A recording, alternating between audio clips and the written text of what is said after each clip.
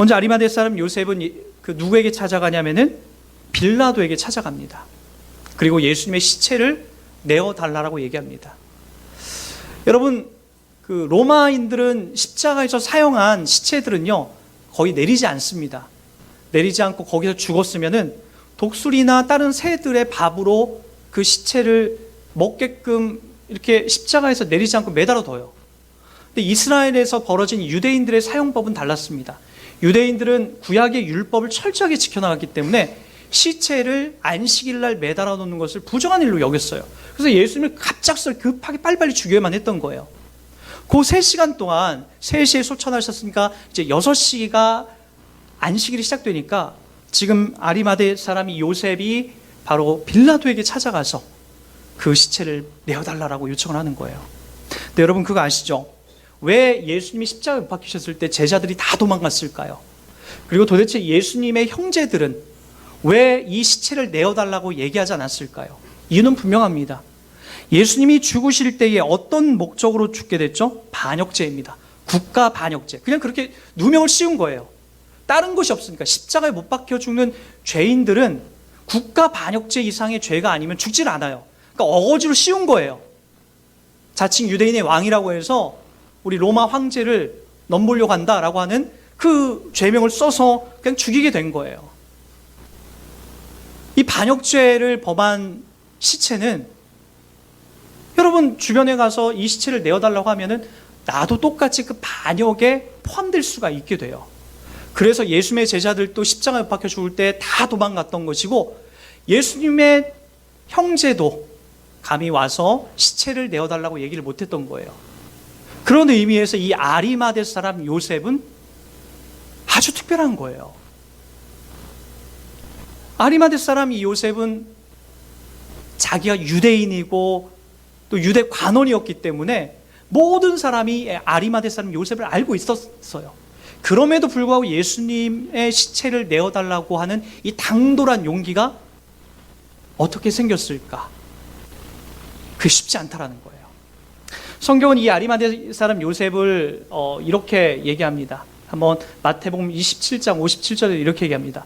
부자 요셉이라 하는 사람이 있으니 그도 예수의 제자라. 마가복음 15장 43절에도 이렇게 얘기합니다. 이 사람은 존귀한 공회원이요 하나님 나라를 기다리는 자라. 또 한번 볼까요? 네, 이 두 구절만 보도록 하겠습니다. 여러분 이 두 표현에서도 나왔지만 아리마대 사람은 뭐다? 하나님 나라를 기다리는 자다라고 얘기가 나와요. 어떤 이유인지 모르겠지만 하나님 나라는요 단순히 먹고 마시는 것에 국한되지 않다라고 얘기하고 있습니다. 아리마대 사람 요셉은 가만히 있어도 부자였기 때문에 먹고 사는 문제가 전혀 그가 문제될 게 없었어요. 그럼에도 불구하고 용기 있게 당돌하게 바로 이 빌라도에게 가서 자기가 공회원임에도 불구하고 예수의 시체를 내어달라고 얘기합니다. 그게 어떻게 생겼을까요? 바로 하나님 나라를 기다리는 자이기 때문에 이것이 가능했더라는 거예요. 여러분 하나님 나라라는 것은 도대체 어떤 거죠? 내 나라는 이 땅에 속한 것이 아니다. 먹고 마시는 것에 있는 것이 아니다. 예수님이 이런 말씀으로 제자들에게 가르쳐 준 적도 있고요. 그리고 우리가 반드시 이 땅에서의 삶이 다가 아니라 영원한 하나님 나라에 그 하나님 나라에 우리는 반드시 간다라고 하는 그런 이야기도 하셨어요. 저와 여러분들에게 해당되는 거예요. 우리는 이 땅에서 단순히 먹고 마셔서 부자가 되고자 하는 것이 우리의 목적이 아니에요. 단순히 이 땅에서 많은 걸 소유하고 높은 자리에 올라가는 것이 우리의 목적이 아니라고요. 우리는 하나님 나라를 기다리는 자들이에요. 하나님께서 우리들 가운데에 만들어 주시고 우리의 영원한 삶으로 인도해 주실 그 자리라는 거죠. 부자인 분들하고 가끔가다 얘기하면 물론 다 그렇지는 않아요. 부자인 분들 중에도 신실하게 하나님 뜻을 살아가는 분들도 있는데 부자인 사람들하고 가끔가다 얘기해 보면은 자기가 열심히 돈을 모아서 정말 큰 부자가 됐는데 그렇게 행복하지가 않다라는 거예요. 돈으로 내가 이태리 대리석으로 우리 집을 다 꾸미고 저 북유럽 아주 고급 가구로 우리 집을 다 꾸미고 50평, 60평대를 넘어서 100평 이상의 그런 아주 좋은 집에 살고 있는데 그렇게 하면 행복할 것 같았는데 이상하게 행복하지가 않다라는 거예요. 뭔가가 내 영혼이 뻥 뚫려 있는 듯한 이 느낌을 도대체 못 찾겠다라는 거예요. 그렇게 이야기하는 분들이 의외로 많습니다. 분명한 거예요. 사람은 많이 갖고 있고 높은 자리에 올라가고 좋은 집과 큰 것을 소유해서 행복한 존재가 아니에요. 우리의 영혼은 그런 물질적인 것으로 행복한 존재가 아니라 바로 우리를 만드신, 우리가 어디서 왔고 어디로 가는지에 대한 이 본질적인 문제를 해결해야만 행복한 거예요. 그런 의미에서 이 아리마대 요셉은 알았던 거예요. 내가 부자이지만, 내가 많은 걸 갖고 있지만, 내가 많은 걸 누리고 있고, 내가 유대인 사람들로부터 존경을 받는 관원이지만 행복하지가 않은 거예요. 그것으로 행복하지가 않은 거예요. 반드시 하나님 나라가 예수 그리스도 통해서 내게 찾아와야만이 행복하다는 것을 알게 되는 거죠. 저와 여러분들도 마찬가지일 거예요. 아무리 예쁘고 아무리 멋진 남자와 여자 연애를 해도 행복한 건 고작 1, 2년 뿐이에요. 그 다음부터는 맞춰가야 될 것이 더 많아요. 힘들어요. 아무리 좋은 집에 살아도 더 많은 걸 채우고 싶고 더 많은 걸 갖다 놓고 싶어요. 그래도 행복하지가 않아요. 아무리 높은 지위에 올라가도 더 높은 자리에 올라가고 싶지 그렇게 만족스럽지가 않더라는 거예요. 우리 영혼 속에 하나님을 만나지 않으면 평생토록 우리 이 싸움하다가 끝나게 되는 거예요. 근데 여러분 아시죠? 하나님을 인격적으로 정말 만나서 그분과 함께 사는 사람들의 삶을 보면 여러분 초과 삼간도 만족하고 월급 200만 원, 300만 원 아주 적은 월급이지만 아내와 자식과 알콩달콩 살아가는 그 삶의 자리가 그곳에서 얼마나 큰 찬양과 기쁨과 감사와 만족이 나오는지 몰라요. 물론 다 그런 건 아니에요. 그러나 신실하게 하나님 따라가는 사람들이 그런 삶을 살아가는 분들이 의외로 많아요. 그의 영혼의 만족을 누리고 있는 거죠. 그의 뻥 뚫린 영혼이 돈과 물질 세계로 채워도 안 되는 그 마음이 바로 예수님을 만나는 순간 그것이 채워지게 됐던 거죠. 저와 여러분들도 반드시 이걸 만나야 돼요. 부자가 되면 안 되는 거가 아니에요. 부자가 될 사람들 되셔야 돼요. 더 높은 지위에 올라가실 분들 올라가셔야 돼요. 그러나 그것으로 우리의 영혼이 채워지지 않는다라는 거예요. 주님을 만나셔야 됩니다. 주님으로 채워져야 돼요. 그것이 저와 여러분들 속에서 주님이 이 땅에 오셔서 하나님 나라를 기다리면서 살아가는 사람들에게 채워주실 자리라는 거예요.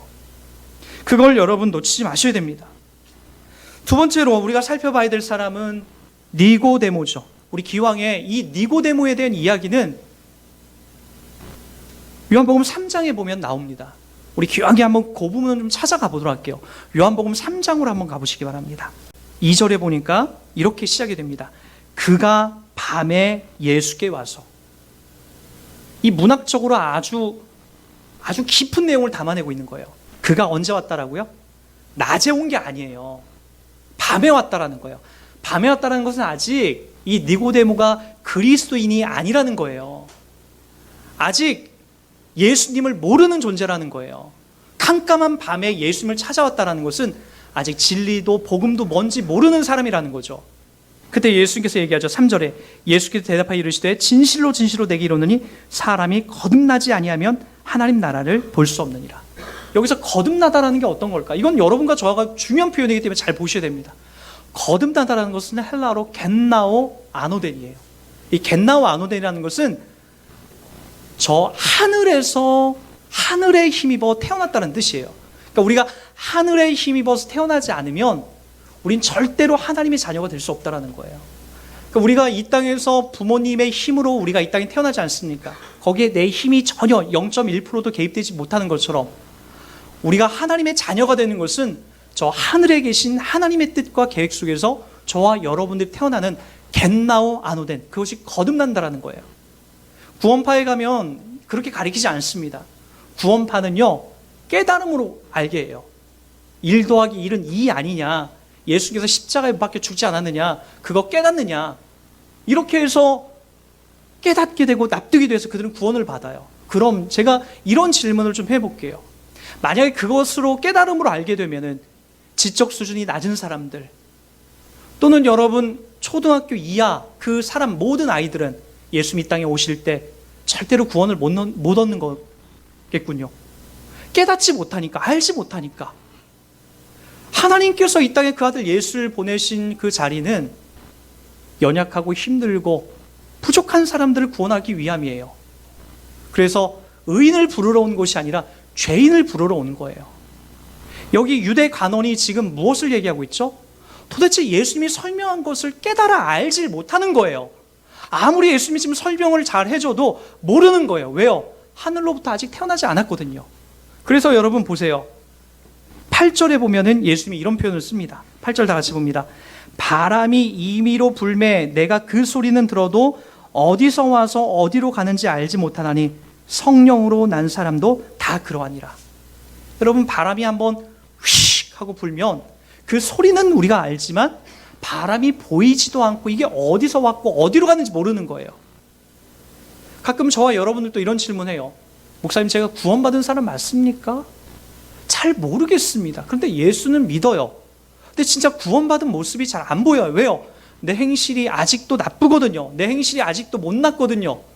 내가 아직도 나쁜 죄를 은밀하게 짓고 있거든요. 목사님, 구원받은 사람 맞습니까? 라고 얘기를 하는 분들이 있어요. 근데 여러분, 오늘 본문이 얘기하는 게 뭐예요? 겟나와 아노된 거듭난 사람 어떤 사람이에요? 성령이 바람이 어디서 시작해서 어디로 흘러가는 것처럼 모르는 것처럼 아주 은밀하지만 우리가 그 바람을 느끼듯 그 바람 소리를 듣듯 우리가 뭔지는 모르지만 잘 설명할 수 없지만 이 구원이 어떤 건지 설명할 수 없지만 우리가 끄덕거리는 그러한 모습으로 살 수 있다는 거예요. 그게 바로 뭐죠? 내가 예수를 인식한다는 거예요. 예수, 그분이 누구간요? 저와 여러분에서 십자가에 못 박혀 죽으신 분이죠. 여러분, 신천지에 가면 시대 구분을 통해서 구원을 얻는다라고 합니다. 아담과 하와가 범죄했기 때문에 바로 노아가 구원했다라고 해요. 이스라엘 백성들이 타락했기 때문에 모세에 의해서 구원받았다고 합니다. 이스라엘 백성들이 타락했기 때문에 예수가 구원하러 오셨다고 합니다. 그리고 마지막으로 또 누구예요? 지금 이 시대에는요. 예수도 끝나고 올라갔으니까 더 이상 예수가 아니라 이 땅에 있는 사람들을, 이 땅에 있는 지금의 사람들을 바로 신천지 이만희에 의해서 요한계시록이 열려서 바로 사람들 구원할 수 있다고 얘기합니다. 이게 신천지의 교리예요. 예수도 시대의 한 부분에 의해서 구원을 해주신 분이지 구약에서도 예수의 효력은 없고 지금은 이만희를 통해서 이만희를 통해서 바로 우리의 구원이 성취된다라고 얘기가 됩니다. 여러분, 그럼 예수는 구약에서는 전혀 필요 없는 분입니까? 예수는 2000년 전엔 필요 없는 거고 지금 신천지인들에게만 필요한 겁니까? 그렇지가 않아요. 시대적인 어떤 상황을 통해서 우리를 구원한 게 아니라 예수는 구약에 있는 사람들과 신약에 있는 사람들과 모든 것들을 아우르고 있는 거죠. 왜요? 하나님의 시간은 과거, 현재, 미래가 아니에요. 우리는 3차원적인 이 시대에 살고 있기 때문에 과거와 현재, 미래, 이 시간의 제약을 받지만 하나님의 세계는 그 위에 있는 개념이에요. 예수님이 죽으신 그 개념은 과거와 현재, 미래의 모든 것들을 다 아우르고 있는 죽음이에요. 저와 여러분들의 모든 죄를 위해서 죽어주신 거예요. 그런 의미에서 우리가 이걸 잘 이해하지 못하는 거예요. 그런데 하나 분명한 건 있죠. 바람 소리가 어디서 들려서 어디로 가는 것처럼 우리들에게도 예수님이 우리 속에서 어떻게 일하시는지 모르지만 어느 순간 내가 예수를 믿고 있다는 거예요. 그게 신비하고 놀라운 거예요. 나 같은 사람이, 저 같은 사람이, 여러분들이 예수를 믿고 있다는 것은 너무나 신비하고 놀라운 거라고요. 그걸 오늘 얘기하는 거예요. 그래서 3장 16절 보세요. 요한복음 3장 16절 니고데모의 대화 속에 이렇게 설명합니다. 다 같이 읽습니다. 하나님이 세상을 이처럼 사랑하사 독생자를 주셨으니 이는 그를 믿는 자마다 멸망하지 않고 영생을 얻게 하려 하심이니라. 이렇게 시작이 되는 거라고요. 목사님, 저는 아직 술을 못 끊었는데요. 나는 아직 담배를 그 수준이 아니에요. 예수를 믿는다는 것은 저 하늘에서 우리들 가운데 주신 거예요. 이 땅에서 술 먹고 담배 피고 그것 때문에 내가 지옥 간다는 그 정도 이야기가 아니에요. 그분이 십자가에서 저와 여러분을 죽으셨다는 것은 술과 담배를 뛰어넘는 하나님의 한량없는 은혜가 그 안에 담겨져 있는 거예요.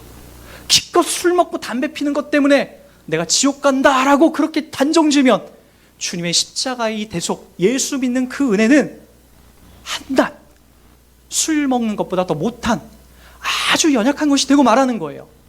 술 먹고 담배 피는 문제가 아니라 저와 여러분의 전 인생에 개입하셔서 바로 예수 믿게 하시고 그분을 알게 하시고 그분을 믿게 하시고 그분에게 헌신하게끔 한다라는 거예요.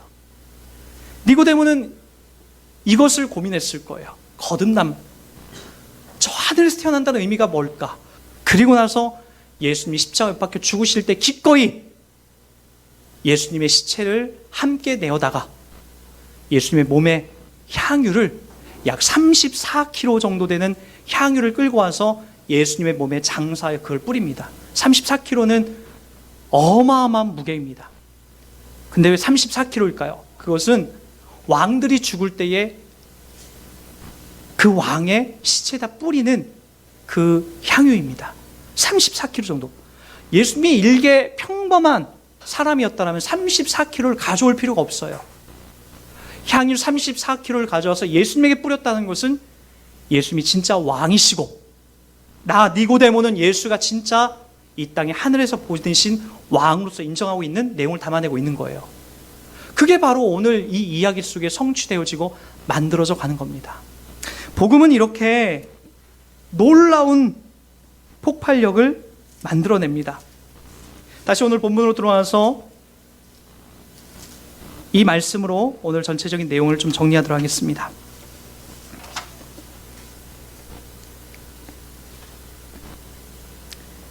(42절입니다) 이날은 유대인의 준비일이요 또 무덤이 가까운 고로 예수를 거기 두니라.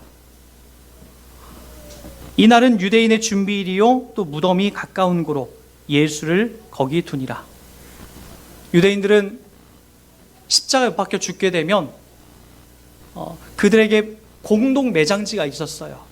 나 예수님을 이 니고데모와 그리고 아리마대 사람 요셉은 새로운 아무도 들어가지 않은 이 아리마대 사람 요셉이 자기가 나중에 묻히게 될 가장 좋은 곳에 예수를 그곳에 눕힙니다. 왜요? 우리는 의도치 않든 의도하든 어떤 일을 하나님이 진행하실 때에 분명히 하나님의 뜻과 계획 속에서 이 일들이 진행되고 있다는 거예요. 다른 사람들이 매장되어 있는 똑같은 무덤이 아니라 아무도 들어가지 않은 새 무덤에 매장되어서 예수님의 이 부활을 암시하고 있는 거죠. 예수님이 다시 살아나실 것을 바로 암시하고 있다는 거예요. 맞습니다. 예수님은 이 땅에 오셔서 죽음으로 끝나지 않고 살아나셔서 바로 사망을 이기시고 예수님이 부활, 이 사망을 이기신다라는 놀라운 일들을 만방에 선포하십니다. 저와 여러분도 그 길을 갈 거예요. 그러게 여러분, 우리도 이 땅에서 눈치 보면서 이 세상과 타협하면서 살면 안 됩니다. 누가복음 19장에 보면 이 말씀이 있어요. 우리 한번 다 같이 보도록 할까요? 삭개오가 서서 주께 여짜오되 주여 보시옵소서 내 소유의 절반을 가난한 자들에게 주겠사오며 만일 누구의 것을 속여 빼앗은 일이 있으면 내 갑절이나 갚겠나이다. 9절 예수께서 이르시되 오늘 구원이 이 집에 이르렀으니 이 사람도 아브라함의 자손이미로다. 복음은 이러한 변화를 일으킵니다. 아리마대 사람 요셉도 그리고 니고데모도 아무도 하지 않던 그 두려운 자리에 바로 예수님의 시체를 옮기고 그 거룩한 부활 사역에 사용되게 됩니다. 누가복음 19장에 나왔던 이 삭개오 역시도 마찬가지죠. 자기 욕심과 야망을 쫓아 살던 이 삭개오가 남을 속이는 것에 매일같이 자기 삶을 투자했던 그런 사람이 어느 날 예수님이 그의 인생에 찾아오시고 변화되어 바뀌게 됩니다. 그랬더니 어떤 일이 벌어지게 되죠? 바로 그 자리에서 자기의 재산을 자기 연약한 사람들과 나누겠습니다. 누구 것을 훔친 일이 있으면 내가 4배로 갚겠습니다. 그리고 예수님이 하셨던 말이에요. 보라, 오늘 구원이 이 집에 이르렀으니 이 사람도 아브라함의 자손이옵니다. 저와 여러분들이 예수를 믿었습니까? 예수를 믿고 있습니까? 반드시 우리 내면 속에는 이러한 어떤 삶의 변화가 찾아와요. 아리마대 사람 요셉도 니고데모도 그랬습니다. 저와 여러분의 삶 속엔 지금 어떤 것이 우리를 바꿔가고 있죠? 여전히 다른 사람들과 경쟁해서 싸워서 이기는 것이 우리의 삶의 목적입니까? 아니면 우리 공동체에 여러 가지 잘못되어 있는 것을 들추어서 너도 죽고 나도 죽자, 라고 하는 식의 이야기가 우리의 삶의 이야기입니까?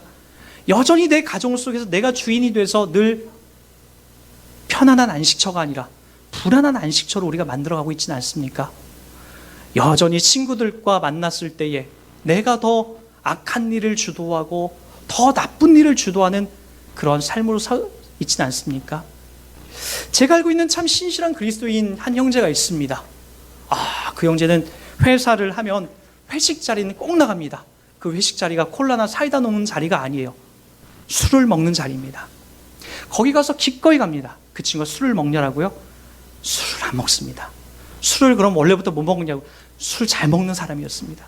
예수를 잘 믿고 신실하게 믿다 보니까 이러면 안 되겠다는 마음이 들었던 거예요. 거기 있는 사람들과 똑같이 회비 5만 원씩을 냅니다. 술 하나 먹지 않고 회비 5만 원을 내고 그곳에서 끝날 때까지 다 있게 됩니다. 그리고 어떻게 하는지 아십니까?